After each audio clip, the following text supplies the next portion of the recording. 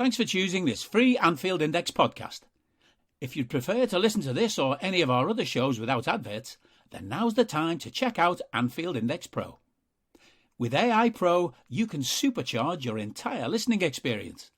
You'll not only get all of our podcasts without the ads, but you'll have them far faster with our Quick Publish feature available exclusively for subscribers. AI Pro also puts you in the heart of our sound studio, with an option to listen to many of our shows live and interact with the podcasters in real time as the shows are recording. Upgrading couldn't be easier. AI Pro is available on all popular podcast platforms, and we have our own apps for Apple and Android.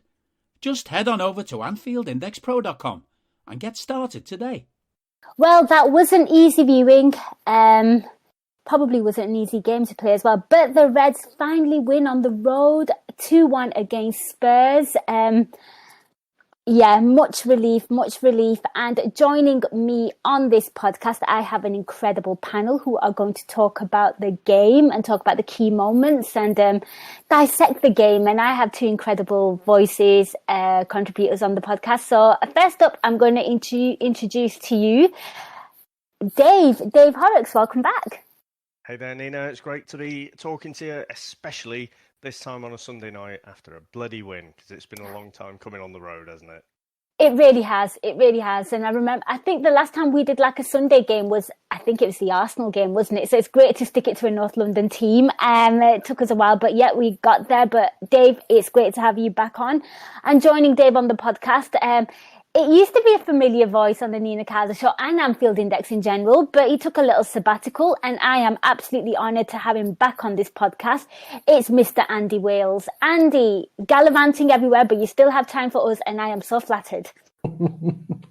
Gallivanting, I like that word. Yeah, it's been a while. Nearly as long as, it's been nearly as long since Liverpool's last away win in the Premier League, so yeah. I think I've aged about 10 years after that second half, but yeah, still looking forward to talking about that one. Yeah, we'll get into that, and hopefully, we can give some tips on anti-aging and watching the Reds. Let's go first. We have a caller, and it's a familiar voice, so I'm going to go straight to him because I do appreciate that it is late. So, Kieran, welcome back. Thank you very much, Nina. No, it's an absolute pleasure, Kieran. Great to have you back on. Also, quite nice to have you on after a win as well, because I know we've all been quite disheartened by what we've been watching. So the floor is yours. Take it away. Well, usually I do be very positive when we won games, but I have to say that I thought we were fortunate to get the 3 points in the end, because I thought in the second half we were very, very poor and we were hanging on for dear life. And look, there was a wee bit concern in the second half. We got the points, which is the main thing. But like you said before, I thought we got out of jail tonight with the points in the end, because I thought second half we really struggled. But we just have to take the 3 points and we move on to Southampton next week, and hopefully we go into that World Cup break looking slightly more positive about things. And Kieran, whilst you're there, obviously you've made some really good points there, and I do agree with you because it was not easy viewing, and I think we'll all agree on that. We'll touch on that as we go on. But whilst I have you on the pod, I just want to ask you a quick one as well. With regards to we were lucky there.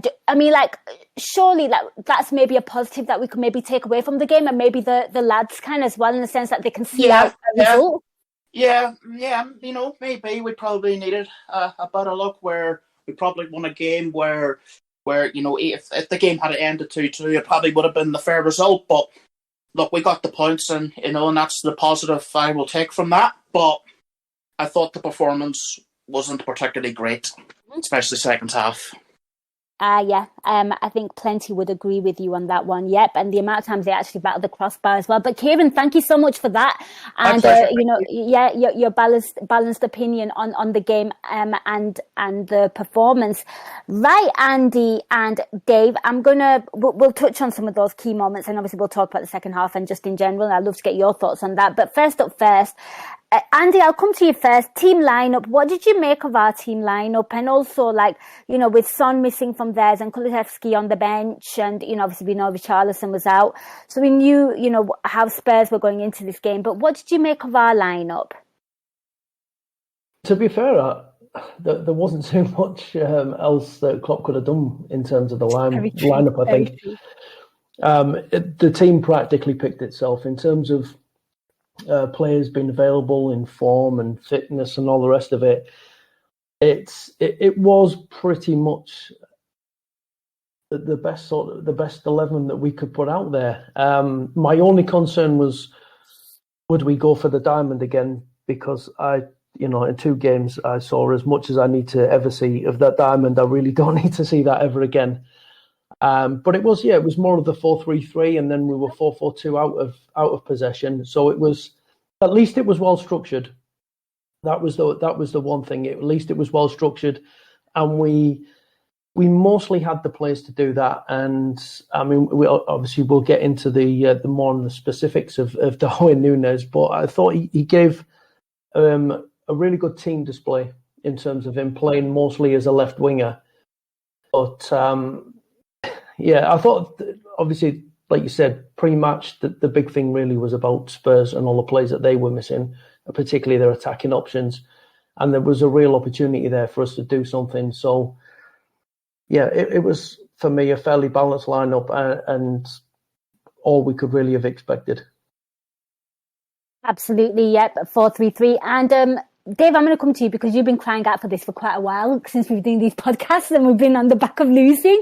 So talk to me about the lineup. I think Andy's pretty spot on there. The best that he could potentially pick in terms of the injuries that we have as well. We shouldn't forget them as well. But what did you make of the team lineup? I think the only selection, if you like, that I thought he could have gone a different way was maybe he could have played Henderson for Elliott. And I thought it was a brave move to play Elliott. Going forward, Elliott's been brilliant, but out of possession, he can get a little bit caught out. Brilliant against the likes of City and whatever, but, we have seen him go to sleep a little bit. And I thought against Spurs, away from home, I thought he might just choose Henderson as that more experienced head, but I'm glad he didn't. Yes. So he's got more minutes on the pitch now. Elliott, I think he still continues for me to look like he's growing into that role to really solidify himself as a starter. But I think the rest of the team just picked itself. And I suppose the other thing I was thinking was, well, if we did need to change things, there's not a lot on the bench again. So all of our attacking options, i.e. Mo and Núñez, are pretty much on the pitch. There's only really Carvalho as an attacking player that we could have brought on to change things if we needed to. Yeah, no, I have to agree with you. And again, with the lack of attackers as well, I'm just craving to see Bobby kind of get a break as well. 'Cause I think he's due a rest as well because, I think, his performances are kind of tailing off a little as well, just to kind of freshen things up as well. And then in an ideal world, you would maybe start more Salah, Núñez and Diaz on the left. But like he said, guys, he hasn't got much wiggle room and he played the best that he potentially could. And, just on a side note, guys, and Andy, I'll come to you. I mean, what did you make of Konate making his way back as the starting centre-back pairing with Virgil van Dijk? It's good to see him, right? Delighted to see him back. I mean, obviously, many people on here will probably know that I was a huge advocate for Ibrahima Konate for probably a couple of years before we actually signed him. He is, just like Virgil, physically is a mountain, but he's so much more. The heart of a lion. He's so quick, strong, good in the air, good technique. His positioning is good. His reading of the play is getting better and better, and all of that obviously will be helped by playing alongside someone as good as Virgil van Dijk. But so it was great to see him back. I thought he was tremendous in midweek when he played against Napoli. Yep. And Osimhen was an absolute handful, and for Joe Gomez away to Napoli earlier in the season. And he's been a handful, shall we say, for lots of other defenders. But Konate first start back, pocketed him. He just looked after him in midweek, and he was tremendous. And today, I thought he won an awful lot. He did. Again, that sort of heart of a lion thing. He was everywhere. He covered a lot of ground. He was stepping forwards, trying to do things. Not everything came off, and perhaps he could have been a little closer to Kane on the goal. Although I think that's just, to be fair, it's just good play from Harry Kane. But yeah, he was everywhere, stepping in, trying to carry the ball, trying to make things happen. And it's very, very reassuring to see him alongside Virgil, because I just don't feel like we're going to get physically intimidated or dominated or even pressured or worried when we've got them two together at the centre. So it's going to have to be something else. You're going to have to work on something else to get him behind us. So I thought he was very, very good today, and as I said, I'm delighted to see him back. Yeah, I thought he was a big a big positivity in terms of the lineup, Dave. And one thing that I kind of look at as well is obviously you need that aerial kind of presence in Ibrahima Konate from a defensive sense and an attacking sense. And another thing I kind of noticed, and I want to get your thoughts on him as well, and just the centre-back pairing in general. One thing that I kind of noticed about Ibrahima Konate, certainly in the first half, was, when Sessegnon and Perisic were kind of, I think it's a kind of rule of thumb now where people tend to attack our right-hand side, but I like the anticipation of Ibrahima Konate where he was kind of, he was kind of tucking in a little closer with Trent to help him with that space. And I really appreciate that. Don't get me wrong, it's a risky game, because you leave yourself with a lot of space between you and your centre-back pairing in Virgil van Dijk. But for most parts, I thought he did that really well. Yeah, and he was everywhere, wasn't he, in that first half especially. And I almost think if he's not on the pitch in that second half, I think we'd walk away with the draw there, or maybe even worse. I think he was that good today. But it was in the first half. It was just the way he was aggressively pressing to the midfield as well. It was like, crikey. It felt like we had another man in midfield. So, yeah, I agree with everything that you guys have said there. I think he was an absolute monster today. I thought it was great to see him back. And to be honest, I know obviously Virgil's the more experienced person there, but I thought he outshone him today. I thought Virgil, on a couple of occasions, looked like he was hand wobbly. He never got punished for it, but I just thought Konate, so glad, and I just hope he stays fit. Well, it was a really, really quick kind of start from the Reds, Dave, and I'll stick with you. 10 minutes, Liverpool score a goal. What I found absolutely alarming about this was, obviously it was a bit of a switch of play. Robbo gets the ball.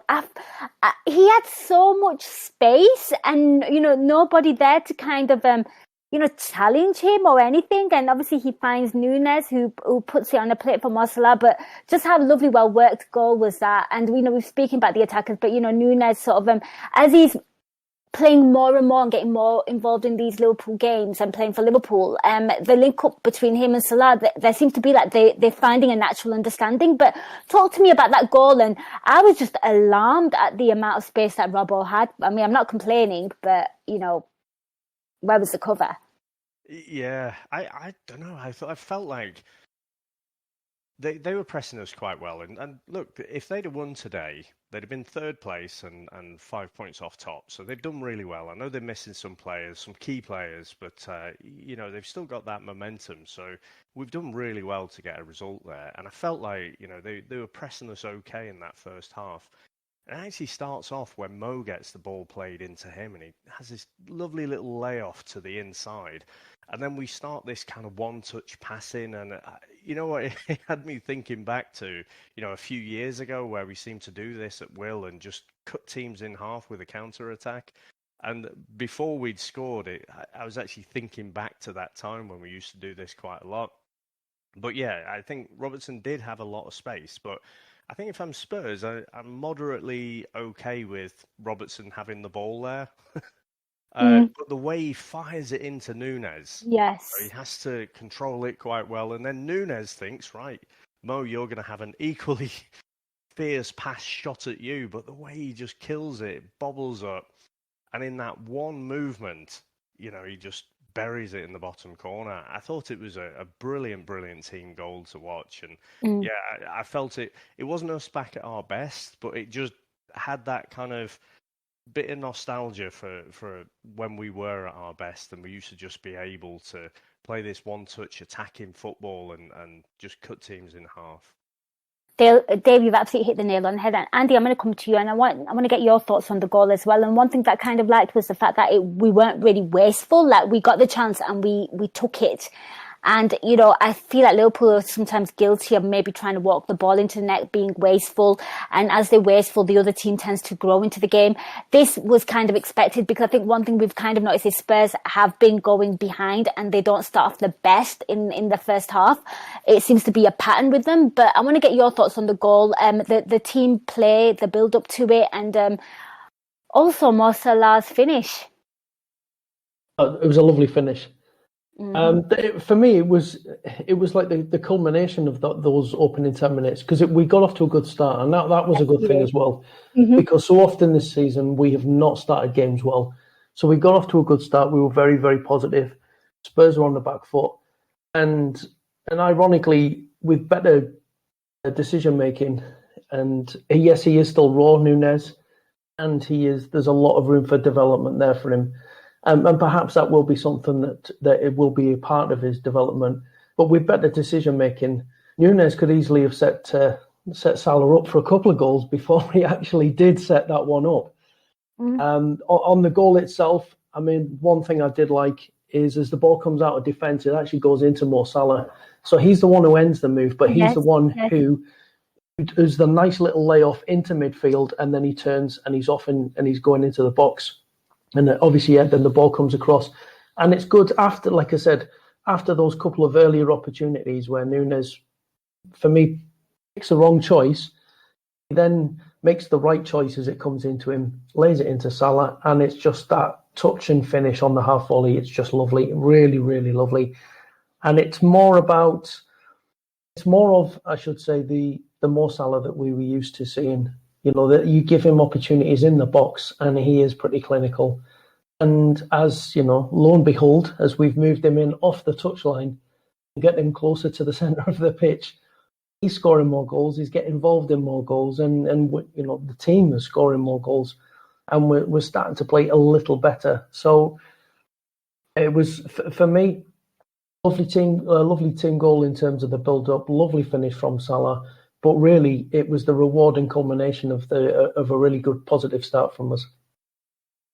It really was. And I think we might have another caller. Let's see if we can bring him on. It's Mr. Justin Wells. Justin, are you there? I am here. How are you? So much better after that win, Justin. But, I want to get your thoughts. And how are you feeling? And please, fire away. I mean, it's a tough away win against a tough opponent and a tough place to play. So you just have to take it, be happy about it. You can talk about the performances because that's the point of this podcast. But in the end, you know what? This is what this team's been missing this season, is the gutting those types of things out, and we got it. But the point I want to raise, and the question I want to bring up is just how good is Ibou Konate? That's really what I want to talk about. Just how good is this guy at this age to be able to come in, really not have many games to develop rhythm, and just boss it? I think everyone here absolutely loves Ibou Konate, and I spoke to Guy Drinkle on the Euro Incision podcast, and he goes that he doesn't get the respect or the plaudits that he absolutely deserves. I mean, Justin, World Cup is coming up. I mean, he's been injured. Do you think he gets a call up?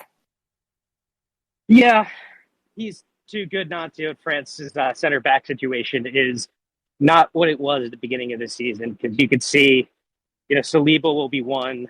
Maybe Lenglet, who you saw for Spurs today, will be another, although I doubt it.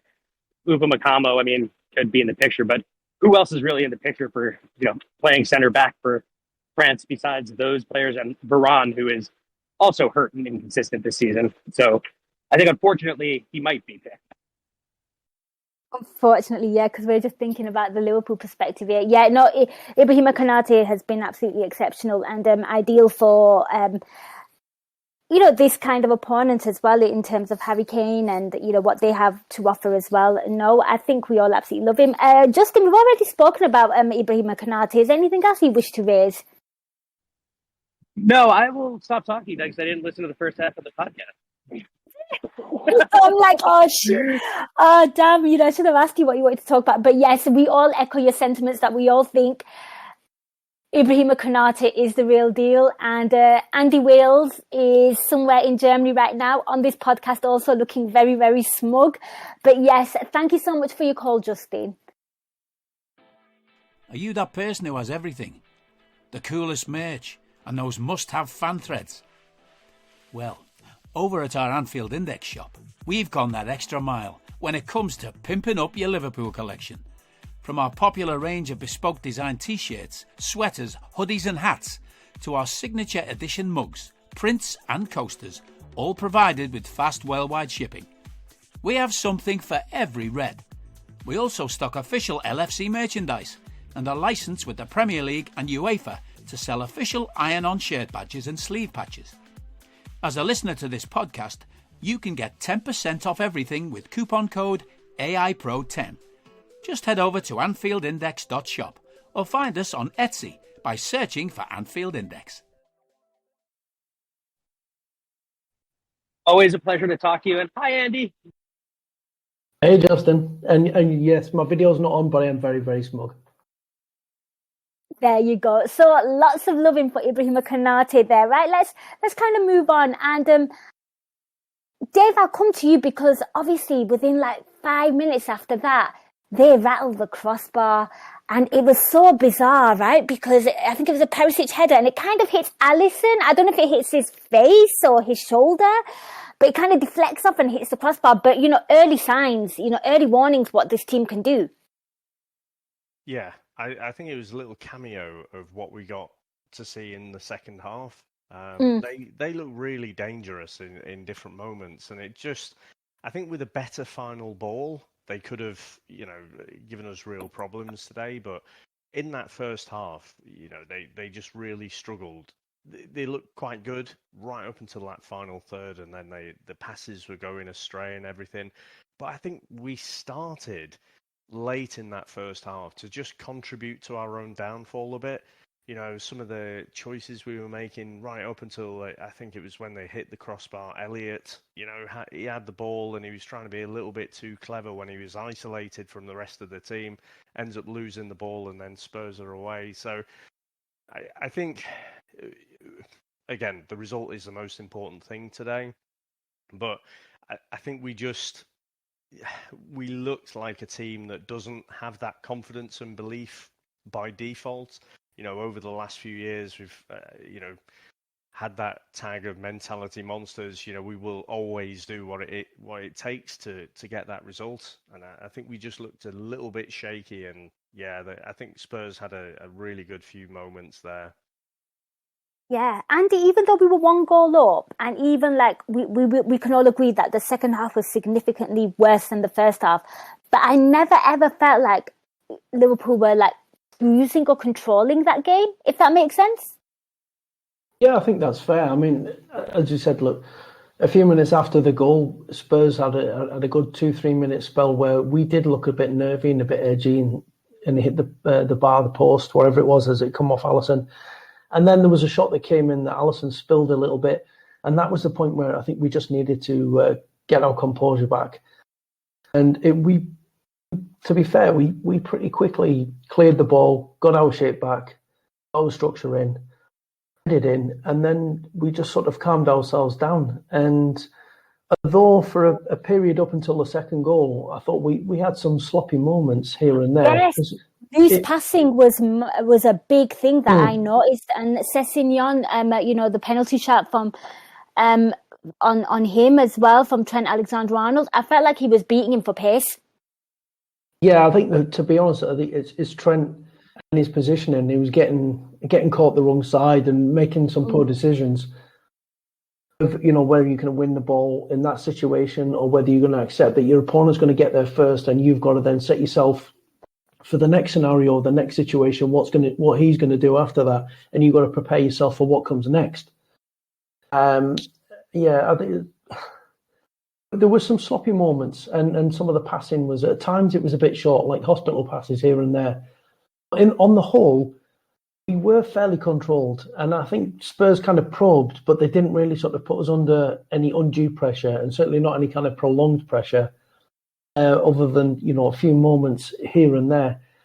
So yeah, apart from that little nervous spell, it was kind of a bit of a kind of scruffy game at times, and with nice moments and some scruffy moments. And I think what Dave mentioned is very sort of true in this, that it's quite apparent watching us that our self-belief isn't there yet, and our confidence isn't there yet. That we are not a team that are on the back of winning 5, 6, 7 games on the bounce. We are scratching around for performances and scratching around for results, especially. So, obviously getting it done is one thing, but there are some of these fundamentals, some of the basics within the game, and the decisions we're making and where we're putting ourselves and what we're doing are things that we're still going to have to work on. And but for all of those things, that's stuff you can. For me, the things that we didn't do so well in the first half, there wasn't that many of them. They can easily be worked on. The things that weren't so good in the second half might be a little bit more difficult, and that's probably more of an attitude approach than it is in terms of confidence. It really is. Kieran there saying Spurs have only one win against us in the last 10 years, by the way. Oh my God, I did not know that. Start of the day. You learn something new every single day. I think you're right, and I'll correct myself. Yes, it hit the post and not the crossbar, the shot. But yeah, it really did freak me out. We're just... I'm just going to give it a second because I think Dave, is he back? Sorry, Amazon guy came. Mine came whilst the game was on. I was like, you timed it so well. But there you go, guys. This is what live podcasting is all about. Dave, I'm going to come to you. How were you feeling when obviously Liverpool take the lead? The shot that hits the post by Perisic and the growth and the belief in the Spurs players. And, Andy kind of touched on, things that could be ironed out and worked on with Liverpool. What do you make of that? Because I felt like, some of the loose passing and, failing to win the second ball, it was almost like we were kind of, again, the architects of our own kind of, failings, if you will. I won't say demise because we won, but we kind of make it hard for ourselves.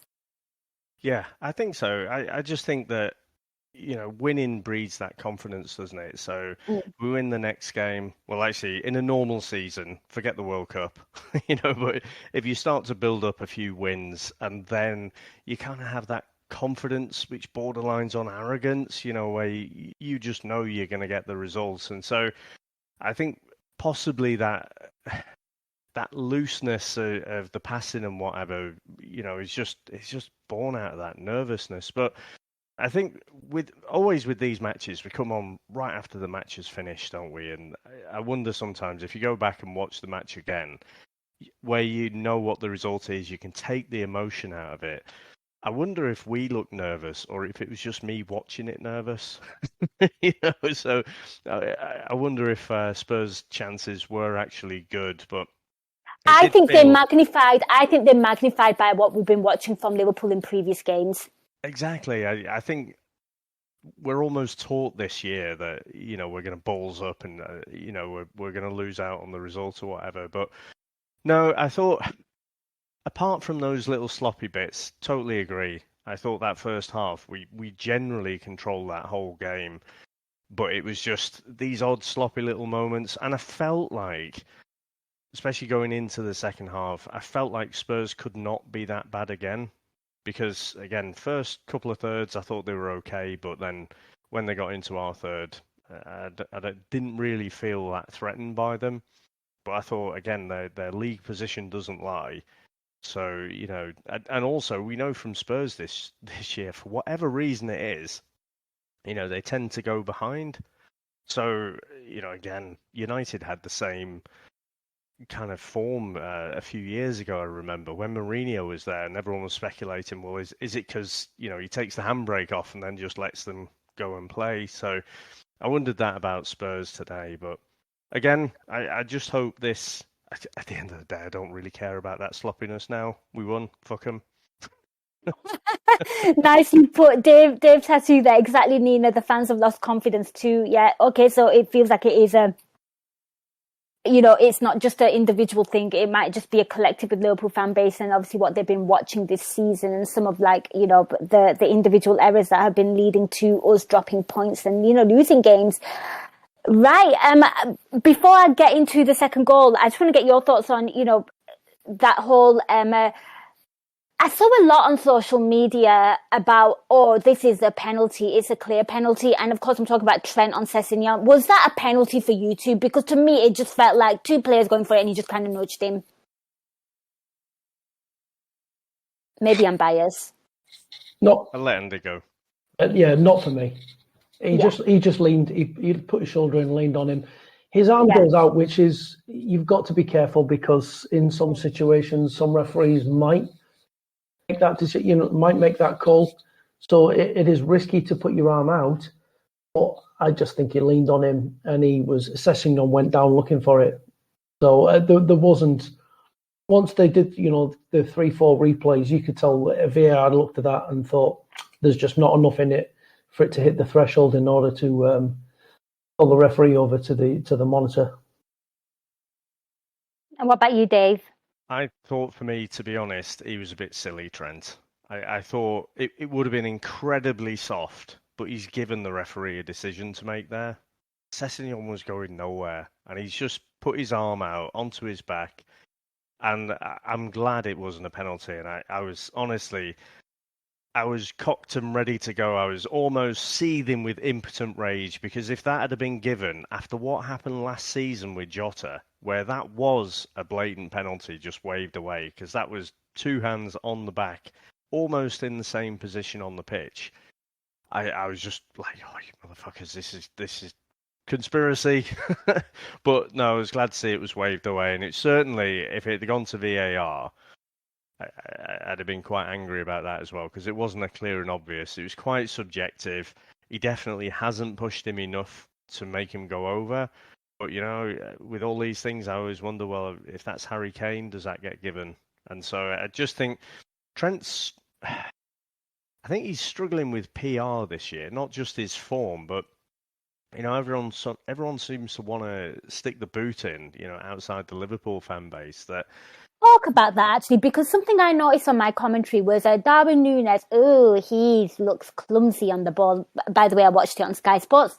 Commentators Martin Tyler and Gary Neville, two players that were absolutely getting a new one torn were, of course, Darwin Núñez and his allegedly clumsy touches and stuff, and Trent Alexander-Arnold. The fucking bellends. I can't watch them anymore. I prefer to watch the American commentary, to be honest. So I just, why the fuck have they got them two Muppets still commentating on our games? It does my head in. So it's just weird how they build up this perception of a player. But let's say about Trent first before I come to Núñez. I think teams are definitely targeting him now. But I think it's because of this whole narrative. So the fact that they're actually trying to get down our right almost puts more pressure on him. So when he does stand up, when he gets a block in or reads the ball well, he doesn't get any real praise for that. But then when someone does get away, he gets stick for that. So like I say, I think it's a PR thing, and I'm not sure the midfield ever really helps him that much. But I thought he was a little bit patchy as well. So as much as they were targeting him, and I was like, oh, you bastards, you're doing this because the whole narrative. I did think he was a little bit sloppy as well at times. And what do you make of that day, Andy? Because the midfield is an issue, right? Because if you look at the left-hand side, it looked very cool and calm. I feel like Robbo always has it quite easy because he's got Thiago there on his side. And also, I've noticed that Darwin Núñez puts in a bit of a defensive shift as well now. And, in the past, he's had Mane there that's done the work. And I think Luis Diaz certainly does it as well. And then he's next to Virgil van Dijk. But on the right-hand side, at one point in the season, you had Trent Alexander-Arnold, who's playing left back, left wing, and trying to be an attacker. Yeah, I mean, we weren't helping him at all with the structure of the midfield and some of the things that we were asking him to do, at times playing like as an inverted full-back stroke centre midfielder. We were taking away some of his best assets and exposing some of his weaker points, which is, absolutely the opposite of what we need to do with him. I do feel like he deals with 1v1 situations when he stood up against a winger. He deals with them pretty well. It's more of, I think it's the ball in the air and sometimes his positioning and his decision-making of when he can win the ball or where he puts himself and sometimes get caught as well the wrong side of a player. Like they make the run and he's not alert to it and he gets caught the wrong side. Then his decision-making as well as how he deals with that situation. He does have a tendency to reach out and grab hold of opponents and make some, poor choices here and there. These, I think what Dave said is right as well. Teams are clearly targeting him, and it is working the ball over to our left side to hit that long diagonal because there is more space and it doesn't have quite the same protection as Robertson does on the other side of the pitch. So, and that makes sense for opponents because Robertson is a better defender than Trent. We have more protection that side. So why wouldn't opponents look to try and get at us? The whole thing with Sky is, to be honest, I'm so glad that I'm over here in Germany because I've got Sky Germany and they just talk about the match. And you don't have the whole narrative spinning and entertainment that Sky in the UK seem intent on spinning for whatever reason. And Martin Tyler should have been put out the pasture a long, long time ago. Gary Neville, for me, a good pundit in terms of giving analysis after a game. I don't like him as a co-commentator. Yeah. But that's, again, that's my choices. Sky love it. They love the certain players. They'll big up certain players. They'll protect certain players, and they'll go after certain players. It's just what they do. They've done it for a long, long time. And it was Keys, what's his face, Hairy Hands Keys, and the other one. It was Andy Gray. Yeah, it was the same then. They had the players that they loved, and they would always big them up, and they would always make excuses for them. And then there was players who they'd pick on and go after, and managers the same. So it hasn't really changed. But for Trent, I think there's things he can do better, and there's still more to work on there in terms of, for me, his decision making of when to go for the ball, when to set himself, that awareness as well. And just this season, especially for me, at times he looks like he's playing in a testimonial. Like as though he's got all the time in the world. He's got such incredible technique in terms of striking the ball, passing the ball. Sometimes it's as though, like I say, like it's a testimonial that everything's a walking pace, that he can just do whatever he pleases, and it's not always coming off. And maybe that's why he's been scratching around for form as well, because, not everything's coming off for him this year, and he's been having a bit of a tough time of it. And it's just the whole thing. It's all linked together. The whole team, the structure, everything has not been working too well. And individual players have suffered as a consequence of it. And yeah, he's been one of them. He certainly has. And let's carry on talking about the game. And, we were speaking, Andy, you were speaking about howlers, and how about this one by Dyer? It's a goal kick, I think, by Alisson. Dyer heads it straight into the path of Mo Salah, who absolutely pounces on it. He's going to eat that up all day, but it takes him a couple of touches before he puts it past Lloris. I mean, how gorgeous, and just at the perfect time as well, because we were under quite a lot of pressure at that point, and that goal came at 39 minutes. Yeah, it was a very nice timing just before half time as well. Took the wind out of Spurs' sails.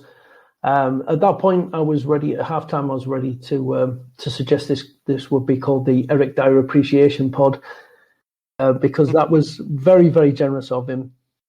The long ball from Alisson, it was a nothing really, nothing ball, and he just blindly heads it, and not even heads it with any pace either. He just takes. I mean, it was very, very generous of him. He takes all the pace off the ball, cushions it into Salah, and I think the Obviously, the attention then and the focus goes on Dyer making the mistake, but I think what shouldn't get lost in this as well is the quality of the finish from Salah, because I for me, he finishes that with aplomb. That little dink over the lorries, that was a thing of beauty. So, yeah, very nice of them, very generous of them, very kind of them.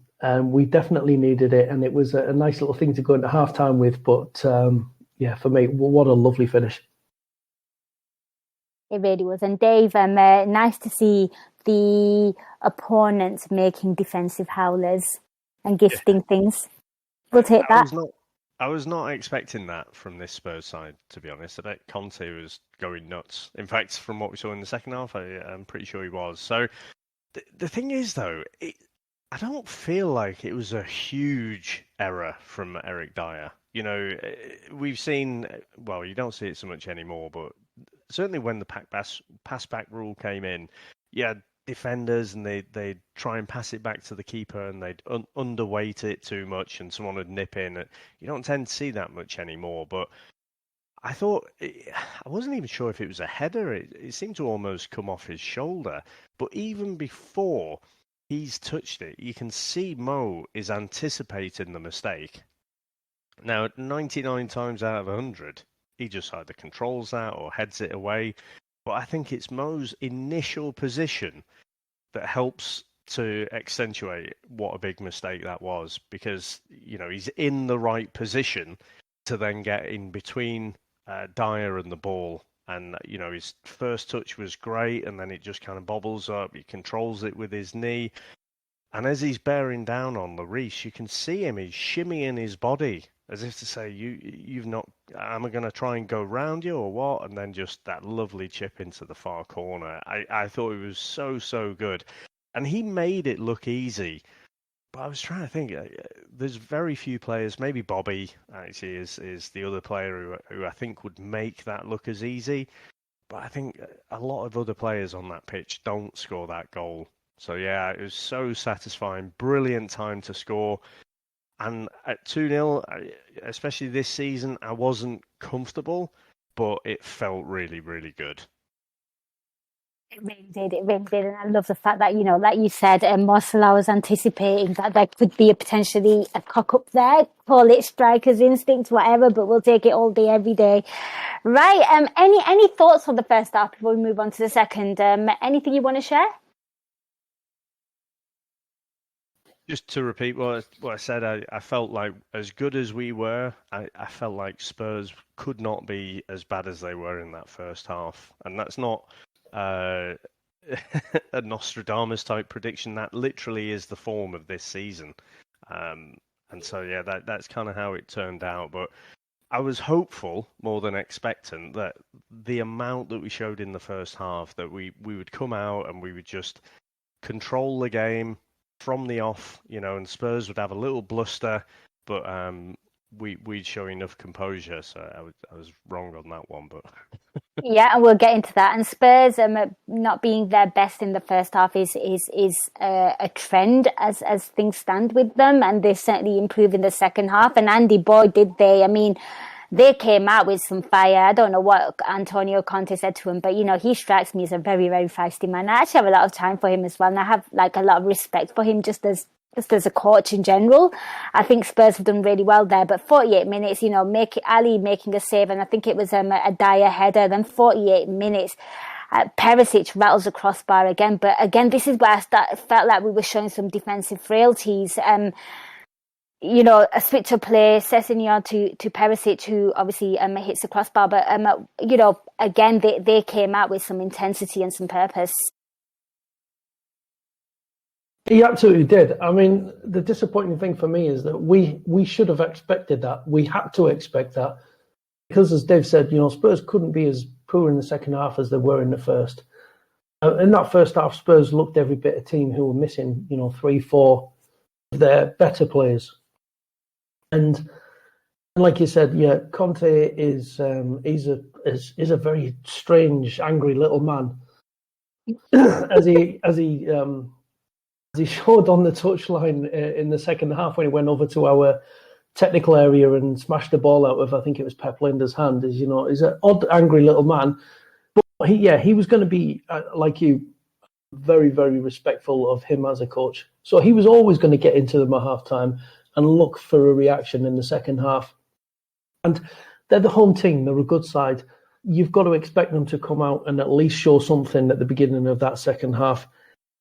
So the fact that we came out and it looked like, I'm not sure whether we'd been drinking brandy or champagne or something at halftime. We definitely weren't quite at the races. They were on it, and we just struggled to get ourselves going. And what for me became a real theme of the entire second half, and the thing that I mentioned earlier on is the things that you can work on in training with players. Sorry, just have a drink there. Is in terms of your positioning and your reading of the ball and your decisions that you're going to make in certain situations.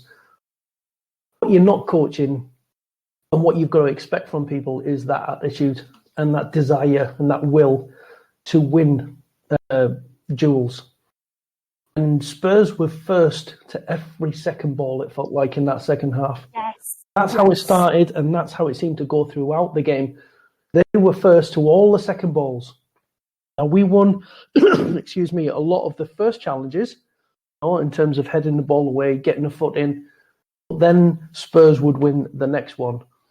And that, as a consequence, throughout that second half meant we struggled to get any kind of control because we could not seem to keep the ball. We couldn't get a foot on the ball. We couldn't seem to string half a dozen passes together. And that was a disappointing thing for me, is that we weren't, it's like mentally we weren't quite on it. We weren't tuned in the way that Spurs were. They were a lot more sort of aggressive, and they were looking to win those first, and if they couldn't win the first ball, they're going to win the second ball. And they were winning them second balls, and we weren't anywhere near it. It's been something that's happened an awful lot this season, and it was a worrying trend throughout that second half. We were second to second balls. For me, that's my concern with that second half, is we've got to be able to do something about that, because you're going to have to expect reactions from teams. Having done well in the first half and got ourselves in a good position, you have got to expect a reaction from the opposition, and we've got to be able to deal with that reaction. And part of that is being aggressive enough and willing enough to put it in, to fight and battle and scrap and win. If you can't win the first, you're going to win the second, and then be able to get your foot on the ball, show your composure and take control. And we were well off in terms of that for me in that second half. Absolutely. And Dave, I'd like to get your thoughts on Spurs, bright spark to the second half. And obviously it was failing. I mean, I've put in my notes as well, failing to, we just couldn't get out of our own half, and, failing to get the second pass. Everything just looked really sloppy. They looked really sharp. I was really grateful that we had a 2-goal cushion. We weren't great. I want to get your thoughts on, they hit the woodwork twice. I think once was by Perisic. I can't remember who the second one was, but it was literally within a minute after. Scary, scary stuff. And then you just see a moment of brilliance again from our forward men, where they all kind of link up, and it's quite nice. Bobby plays the ball to Nunes. Nunes squares it to Mo Salah, forces a very, very easy routine save from Lloris. Could have had an hat-trick there. But your thoughts on the beginning of that half? Hello, I'm here to annoy you. I'm here to annoy you into listening to more of me and more of others on EPL Index. We don't just have the Anfield Index stuff. We've got EPL Index as well, which covers the entirety of the Premier League. And we have 3 podcasts and a whole bunch of really good writing on EPLindex.com. The podcasts are my own Two-Footed podcast, which is every day at 4 p.m, Monday through Friday, covering the whole league. We have A Tad Predictable, hosted by Tadiwa. You know Tadiwa, he does Anfield Index. He presents A Tad Predictable before every Premier League match week. And then Kevin De Vries and his crew on the EPL Roundtable, they're every week after the Premier League match week. So make sure you listen to everything we're doing on EPL Index and follow us there on Twitter at EPL Index. Thank you. Bye-bye. I had my head in my hands, and I was like, "Oh God, this is going to be a terrible second half. This is going to be really, really stressful." And I looked at the clock, and it was 50 minutes. I couldn't believe it. They seem to have about 3 really good chances, and like you say, hit the post a couple of times. And I was just like, "Oh Jesus Christ!" And it seemed to be that just everything, even when we could get a foot in, it would go to their players. So we never really got a respite, that was for any sustained time. We just weren't able to put our foot on the ball and string a few passes together. It just everything seemed to drop. And I'd like to see the stats. I like, to understand who's run the most, in these games. And because from the eye test, it just looked in that second half like they just had more players. And, quite often it turns out, oh, that's because they've been running a lot more. So I think even so with that, I felt like with Mo and Nunes up top, I felt like, it could go either way. I felt either of us could score. I thought, we could catch them on the counter-attack. And Nunes, he doesn't look as silky, but he almost reminds me of Thierry Henry. Thierry Henry used to love, hanging on that left touchline, and I just thought he looked like a really good outlet. And I don't know what Tyler and Neville are smoking, to be honest. If they're thinking he looks clumsy, I mean, again, you can't play against a team like this if you're just a clumsy donkey. I think it's just that, for the eye test, he does look like a bit unconventional. But for years, people thought that about Peter Crouch, and he's just an unbelievably effective player. So yeah, I thought Mo, to be honest, could have done better with that chance that kind of Nunes carved out for him. I thought it was a fairly weak shot, wasn't it? Yeah.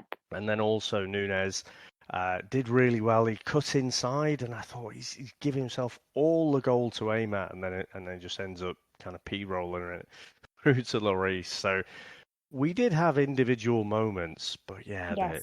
I thought in terms of sustained pressure, I felt like that goal was coming. Yeah, it really was. And Andy, I'll come to you because there was a man on that bench that I was glad that, he might not be in the starting lineup. And of course, Conte makes us so, but Kulusevski and Doherty on for Emerson Royal and Sessegnon. Instant impact by Kulusevski. I mean, whips in a ball, Kane just slots it past Alisson. It was coming though, wasn't it? Because they had an array of chances, and, you knew it was coming. You could sense it. It was definitely coming, without a shadow of a doubt. Yeah. I mean, part of it is kind of the match situation, isn't it? The fact that Spurs, as we've seen on the graphic here in the live chat, Spurs XG is higher than ours. I think that's because we had a 2-0 lead, and then Spurs have got to try and find their way back into it. And they're creating chances upon chances upon chances upon chances. So had they took the lead and then we'd come back and won 2-1, it may be a completely different scenario, and that is the match situation sometimes dictates that, and that was it. Spurs were looking for a way back into it. What we were doing was ceding territory, we were ceding possession, we were second to everything, so it was inviting more and more, and for them it was just cross after cross after cross. And I'd seen on the Sky Germany heat map for Eric Dyer, of all players, in that second half, nearly all of his, well over half of his touches were in our half of the pitch down that right-hand side. And that was where they were setting themselves up, and they were whipping the ball in, and they were whipping some nice balls in with the curl in behind the defence. They're difficult to deal with. They had us on the back foot. They were building that pressure, and you did have that feeling it was coming. And in fairness, like I said earlier, look, perhaps Konate could got a little closer to Kane. But for me, it's a good run from Kane. He times his run really well on the angle. The ball is set up for him, and it's a good finish. Yeah, it takes a little nick, I think, off Konate going in.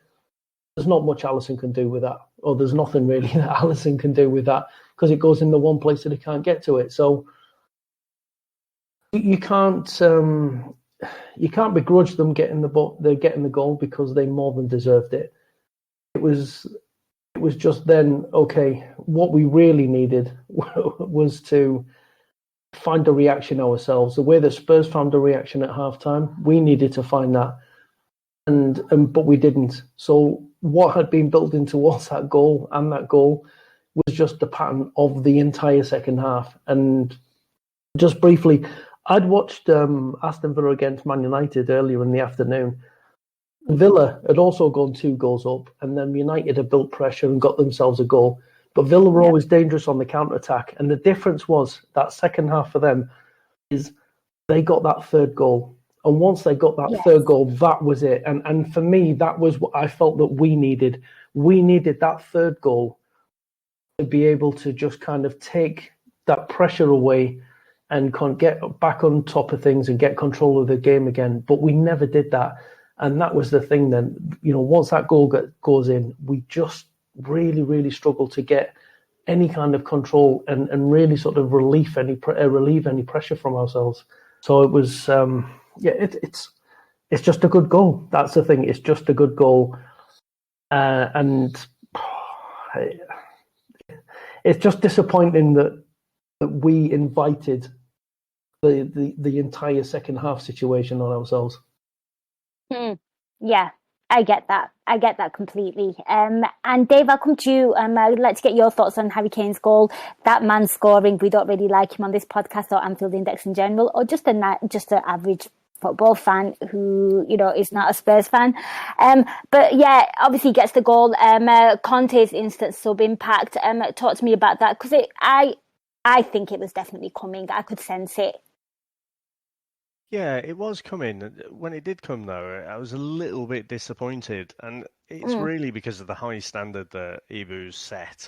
He was just a monster in the game. And when it happened in real time, I thought, I don't understand what's happening. I watched the replay like 3 or 4 times, and I'm like, this time he's going to get a block in here. But I think it was just, honestly, a perfectly weighted pass. And it was just... He struck it perfectly, and I don't like Harry Kane. I don't like how he gets a pass from the dive in. It's like De Bruyne as well, isn't it? Oh, he's clever. Yeah. For some reason, certain players are clever, others are ruining the game. So, but I thought today I didn't really see a lot of that, so I thought I'll give him a pass today. I just thought it was a brilliant finish, and Ali was absolutely brilliant as well. Just there's no way he's saving that though. So yeah, just a little bit disappointed, and then you're thinking, oh, for fuck's sake, come on. Again, I was just thinking for the first half, I wanted to see that first half performance back. Spurs were playing higher up the pitch, and we seem to struggle to wake up to that. I don't know what it is, but you would think there's enough experienced players on the pitch that recognise what's happening. And you think, right, they're playing higher up the pitch. We've got Nunes and Mo up top. Surely that's going to create space for us, but we just really, really struggled. The headers seemed to be weak headers away, and again, we were just inviting that pressure on ourselves. So, yeah, like I say, begrudgingly, just have to say it was a really, really good goal by them. Yeah, I've got a comment here from Dave. Dave or C Cop. Thiago's comments here. When we lost control of the game, we were vulnerable. We lost control of the game. The team suffers because it was counter after counter after counter. We were not dominant anymore in the second half. Yeah, and that was something that maybe you'd expect Liverpool to be doing as well. If they're so far high up the pitch, then, surely a gorgeous pass from Thiago or Trent or somebody to just release one of our front men. And Dave, I'll stick with you because Jurgen Klopp obviously anticipated the situation, felt like he needed some kind of shoring up. So what did you make of his changes? Hendo and Jones come on for Elliott and Bobby. I thought, to be honest, I thought Bobby was looking pretty tired today. And in particular, that second half, the ball just wasn't sticking to him. And I thought maybe not so much with Jones. I know he played okay midweek, but I thought with Henderson, he can be good at just getting people to calm down a bit and then, controlling the game, doing his sideways passes and stuff, finding that ball out on the right, and he curls it round to find Mo. I thought this is a good substitution. I'm feeling pretty good about this. I have to say, I thought Henderson was terrible when he came on. He was awful, yeah. So I'm quite happy to praise him. I think he has been good at times, over the years for us, definitely. But yeah, today he just seemed to be. He was almost Nunes level of being an agent of chaos. I think there was a moment where we seemed to get our heads and we were playing some really nice stuff. Again, just we had a few passes together, and he's the one that loses it. And then he just fucking plays it to no one. And then we're on the back foot again. I'm like, oh, come on, dude, what are you doing? So I remember it was about 84 minutes or something, and Gary Neville goes, "Oh, Liverpool are trying to see out the game. Wouldn't recommend it." And we're just playing it to each other, short little passes. And then he's the one that loses it, and I'm like thinking, "Oh shit," because it was just nice for us to actually have the ball. I'm completely with you. Dave Tattoo here. With a comment in Discord, second half Spurs players got closer to ours. Most passes to Reds had a Spurs player next to him. Maybe bad decision on the pass. Also great tactical switch up by Antonio Conte as well. And I felt like as well, Andy, I'd like to get your thoughts on the subs that Jurgen Klopp made. The first two initially. What did you make of them? And I didn't think Hendo was really great. I felt like he wasn't press resistant. But again, it could be largely down to the fact that Spurs were actually crowding our players. I mean, in fairness, Henderson's not a particularly press-resistant player. What he does sometimes do when he comes on is try and get people fired up. You move in, get stuck into some challenges here and there. And I think, to be honest, I think we kind of needed something like that, someone to do that. Because wake us up a little bit and start getting stuck into them, because like you said, that whole thing of the second half was being second to the second balls, but he never really sort of did that. I can accept him being brought on if you're going to put him on the right, because although we were often 4-3-3 in possession, and that was mostly in the first half, in the second half we didn't seem to be in possession too much. So we were just 4-4-2 out of possession. And it was nullifying Nunes because he was just putting in a shift, working backwards most of the time on the left wing. And I felt that was a waste. And for me, the subs came way too late. They needed to be made a good 15 minutes before then. Bobby looked gassed early in the second half. For me, if we're going to be 4-4-2 most of the time, particularly out of possession, we might as well have just brought on Costas on the left. At least he will do that job, run up and down, and it could release Nunes. And at least we then, for a counter, at least we've got that threat in behind with Moore and Nunes running into the space in behind them, because they pushed quite far up the pitch. So at least we'd have something. And if it's Hendo on the right, then fine. Curtis, he did have a decent game midweek, but like I said, that would have been my change. But I felt that the changes came way too late, and that's been a bit of a thing this season for Klopp. Some of his team selections haven't been too great, and his management of game situations have not been good this season. He's not, just like the players, he's just not having a great time of it this season. So I thought it was a questionable call, and even worse was yet to come in terms of substitutions, because he did that thing that he used to do late on, bringing on the third centre back, and it's the backs against the wall. Hang on for dear life. Talk to me about that, because God, I hate that substitution. I hate that substitution. I really hate it, because so many times it used to be Joel Matip that would come on and he'd be like, "Okay, here we go. We're just going to have to try and hang on for dear life now," and it would be so difficult, and it didn't always work out. So not a fan of the subs. Not a fan of subs. I wasn't a fan of that as well, because I was really scratching my head then thinking when Nunes is off, Dave, and obviously Gomez comes on. And also, Andy's just touched on there that he's not a fan of, a defensive, it's almost like we're not going to get a goal, so let's just sacrifice one of our strikers and bring on a defender. To be fair, we couldn't get out of our half, but the player that he brings on, like if it's a firing in form, somebody who's very, very assured in some of their past games, and that kind of defender comes on, you maybe have a bit more like kind of confidence or something. But, you know, he's bringing on, like, I'm going to say, you know, a low on Joe Gomez in a high pressure situation.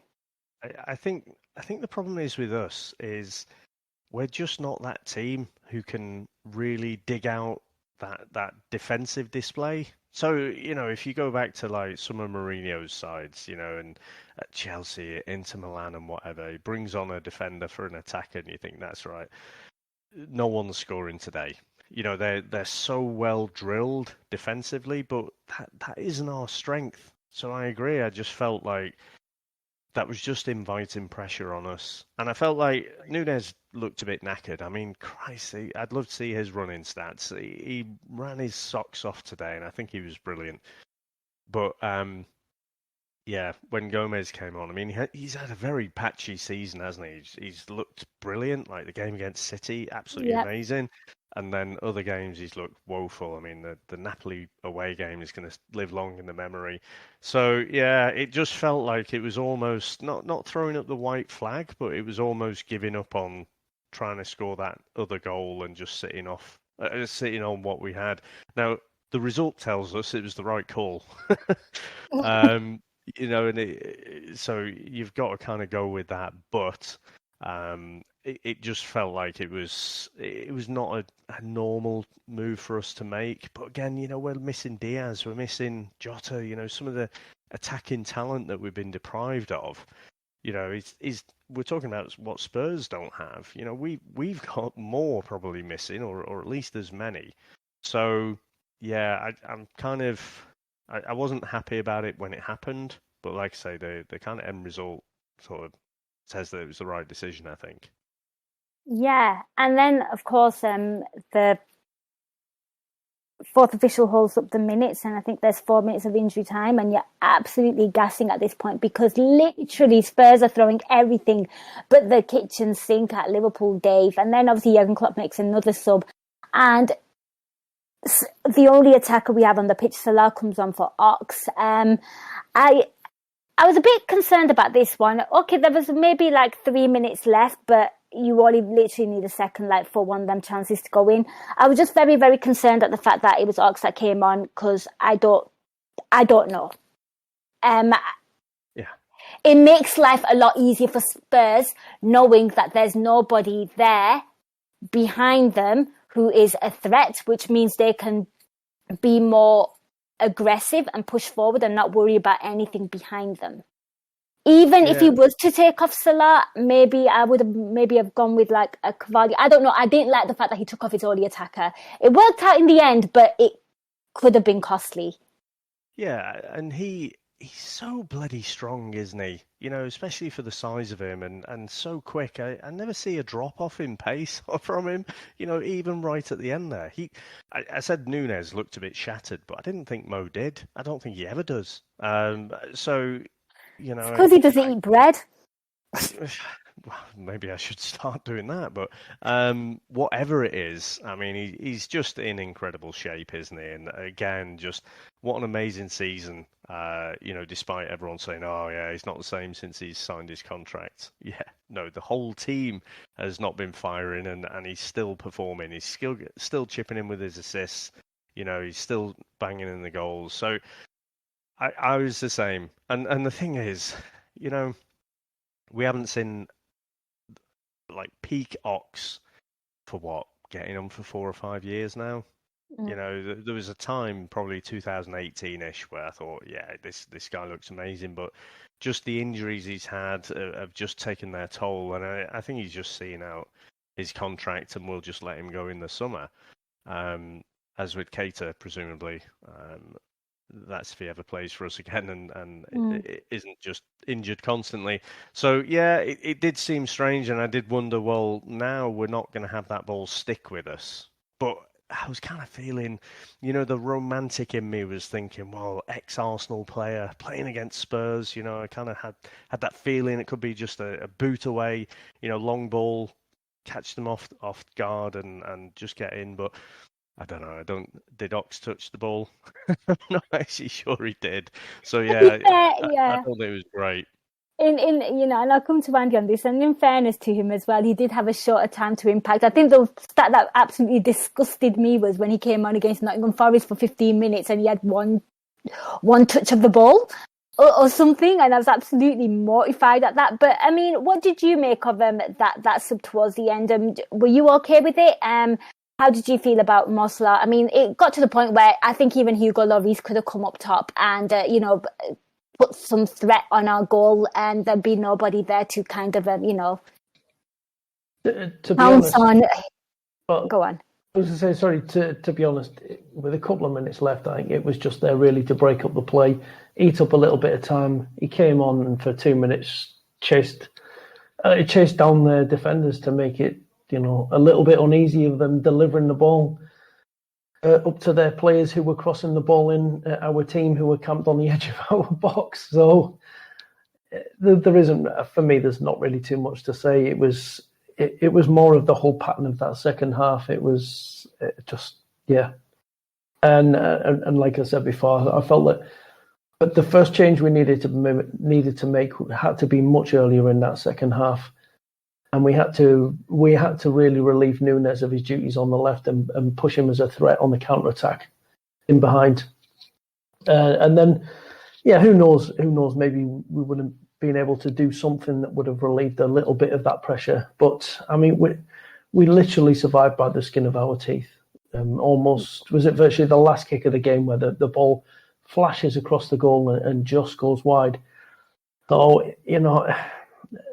yeah, it was a very, very uncomfortable second half, very uncomfortable, and yeah, seeing us get deeper and deeper and deeper to the point where we're our back five are practically stood on Alisson's toes. Yeah, it wasn't good viewing. It was definitely not good viewing, and like I say, I definitely aged a bit in that second half. Yeah, I don't think it was, obviously the second half was anything great, but Kieran touched on all this as well, that we were kind of fortunate to kind of walk away with 3 points there, and we'll happily take it. And also the Reds winning on the away from home, which obviously is a big plus. My word, it's November and we've already just got it now. But do you think, I want to ask you both, do you think this could potentially be a defining moment in terms of their psyche? Because like you said, they've not had the confidence, they've not been able to see out games. They've not managed to win on the road, so it's the first one under their belt. I mean, do you think this could be how many times have we said this, but could this be a turning point? I'd like to think so. I'd certainly like to think so. There is something about winning ugly, right? There is, and that was definitely, that second half was as ugly as it gets. Yeah, it was but ugly. Look, it's 17th of May was the last time we won a Premier League game away from home, and that coincidentally was against Southampton. So maybe there's something written in the stars for that, because they're our next opponents. If anything, maybe the Napoli performance was a little bit of a turning point for us, where we really come together against a really good informed side with Konate and Virgil as there's 2 centre-backs. And that's, just that strong pairing at the back that makes a big difference for us, that deals with the pressure better than any of the other pairings that we have available. And getting through this, well, if we can back this result up with a decent performance and actually win against Southampton, then maybe, we can see it as a bit of a turning point. But there's been a few false dawns so far, including we've won 9-0 and 7-1. It's been a mad season, so I don't want to start getting into all the cliches, but I don't really want to. I don't want to go too heavy on proclaiming, yes, that's it, we've turned a corner now, because we seem to have come across a lot of corners this season already. Yeah, and also we literally played Derby, then it's Southampton, and then we break for the World Cup again. So it's just like, well, you know, players would be going away to the World Cup. Dave, what about you? I mean, winning ugly. Talk to me about it. Like I say, I'm so happy. I'll take winning ugly all day long at the minute. That's the most important thing. You know, if we put on a scintillating display today, you'd be thinking, well, where have you been all this season? You know, we've seen this sort of starting lineup a few times. So for me, it's kind of the best result we could hope for. I definitely don't think it's turned the corner just yet. I think that, you know, the fact is, with Derby coming up next, you'd expect to put the kids out then.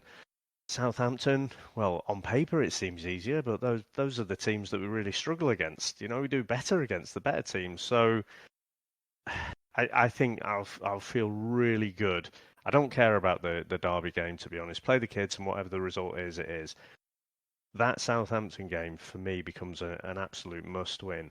You know, it's been a funny season. I mean, we're 2 points behind Chelsea, weirdly, who spent all the money. You know, so I don't know what their excuse is. Considering where we are as a squad and the injuries that we've had, and not replacing certain players and what have you. So I think, unfortunately, this thing with the World Cup coming up, it's just never been dealt with before. So I feel like some of the better teams are going to, you know, potentially lose out on players. They're going to come back fatigued. It's going to be very weird because normally, you know, before the World Cup, there's about a month or something while players and teams are going away on training camps and everything.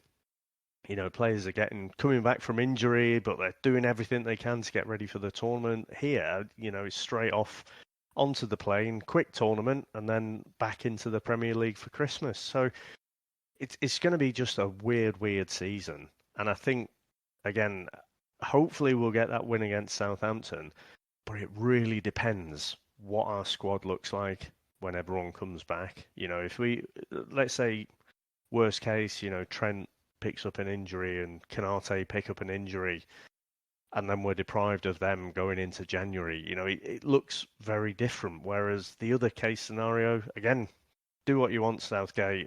Don't take Trent. I'd sooner he went to the beach for a month or something, chilled out for a bit, re-energized, and come back. So I think we put ourselves in a good position to turn that corner. I think that's how I feel, is that, you know, if we win 3, 4, 5 games on the bounce, then we can make a real push for the top 4. But I tell you what, it's going to be really hard to break into that top 4 this year, because Newcastle will only strengthen in January with all the funds that they've got, and they're looking pretty good at the minute. So, yeah, we can only control what we can do.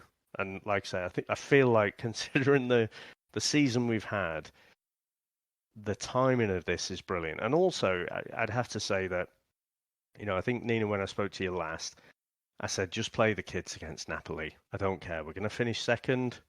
The result does not matter at all. I was completely wrong on that, because you can see, I feel like without that result in midweek, you don't They don't get kick that on like that, yeah. Mm. So, and that's a weird thing that with our Klopp teams, that we don't seem to do well with a good rest. We actually seem to do well when the matches come thick and fast.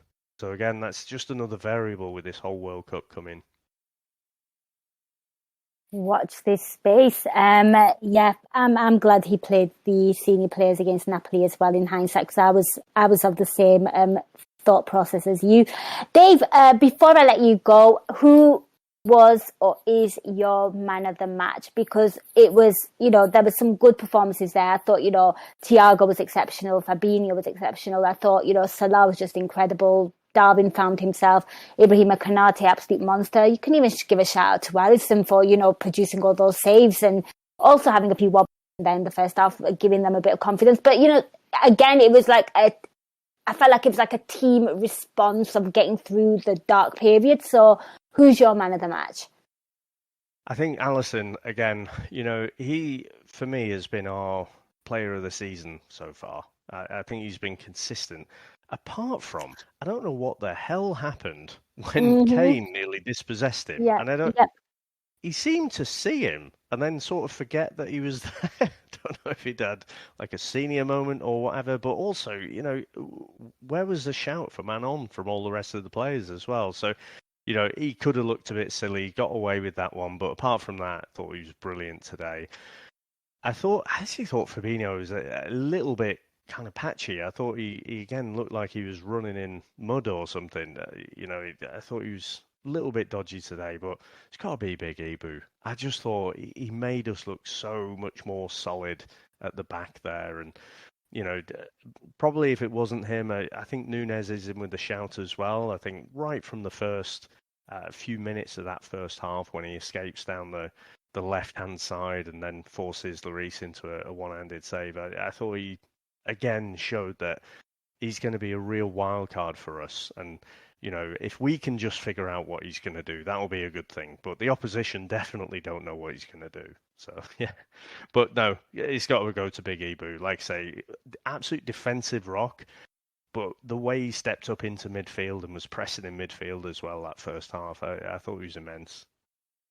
He really was, and I think a lot of people are absolutely loving Ibrahima Konate. There's a tweet here just to back up what you've said there. Konate won 88% of his aerial duels today, an absolute colossus. So, a lot of people are giving Ibrahima Konate a lot of love. And Andy, I'll come to you. Who's your man of the match? I'm glad you mentioned about Alisson. Definitely our best player this season. And again, so many saves again today. But yeah, he actually has a habit of doing this. He invites players on. And then at the last possible second goes to kick the ball. And it drives me nuts when he does it. Because he knows the players there. He just, for some reason, he just does this. It's like, I don't know, maybe he just loves the danger. Maybe it's just there's something in that for him. But yeah, Alisson definitely in with a shout with the saves again. Like I say, our best player this season, definitely. But I've also got to go for Big Ibu. Another dominant display, really. I mean, and he's coming up against an accomplished centre forward, one of the best centre forwards in the game. Much as I don't like Harry Kane, I have to admit how good he is, and how much of an all round player he has become in the last year or so. And yeah, that chance early in the first half where Alisson saved it onto the post, I thought Kane actually turned Ibu a little bit too easily. And like we said, possibly you could argue he could get a little bit closer to Kane on the goal. But other than that, he was everywhere. He was immense. He was a rock at the back. He won so much. Stepped in, stepped up, headed it away, cleared it away, put his body on the line, and just kept striving forward. And yeah, my man of the match today, without a doubt. Oh, it's a sweepstake for clean sweep for Ibrahima Konate, because usually I would give it to a player that gets 2 goals and gets, the winning goal, if you will. However, the work that Ibrahima Konate had to put in the first half and certainly in the second half, it was a continuous kind of churn of things that he had to do. And as a whole, I thought he performed his role incredibly well. Just a few moments, and like you said, Kane is a fabulous striker, and I could sense it coming. So yeah, Ibrahima Konate is my man of the match. Really, really good individual performances as well. Guys, let us know your thoughts. Who was your man of the match? Why? Also, feel free to comment about the podcast and what do you feel about the result? Do you think winning ugly is now, is this a turning point? We'd love to hear your thoughts. A massive thank you to everyone that called in, Kieran and Justin. A huge thank you to all you guys that joined us live on Discord and been interactive in the chat. We really, really appreciate it. A massive thank you to both Dave and Andy. Before I let them go, I want to get some plugs. Andy, where can people find you on social media? I'm on Twitter, at Andy Armchair still. Not been doing anything else. Like you said, been on a bit of a sabbatical. Maybe at some point I'll get to able to write about all of that and or into the whys and the wherefores and all the rest of it. But just one final thing from me is my son said something that I thought was great. And he said, Liverpool have been like Robin Hood in the Premier League this season, taking points from the rich and giving them away to the poor. So please don't be doing that with Southampton after a hard-fought 2-1 win today. I absolutely love that. That is brilliant. Probably the best way to summarise Liverpool this season. Your son is an absolute genius. I love that. And Dave, I'll come to you. Where can people find you on social media? And is there anything to plug? So I just want to say that I agree the Robin Hood thing works particularly well for Nottingham. So doubly good there. Yep, so you can get me on Twitter at Seattle Dojos and stuff I've been doing recently. So you can get me on Comics in Motion this coming week. I think it's on Friday it's going to drop. Have a discussion about the first season of House of the Dragon. And I've got Scott Chandler on there, so AI contributor. We have a good old chat there with a couple of other people as well. And on the VHS Strikes Back, this week we're going to release The Big Lebowski. And then next week, going into the World Cup, it's Mike Bassett, England manager. Wonderful stuff. Do give both of these guys a follow. Do check out Dave's podcast. Guys, thank you so much for listening. For my part, I will be back with another Euro Incision tomorrow because obviously it's the Champions League draw. Wonder who the Reds get. Exciting stuff back in Europe.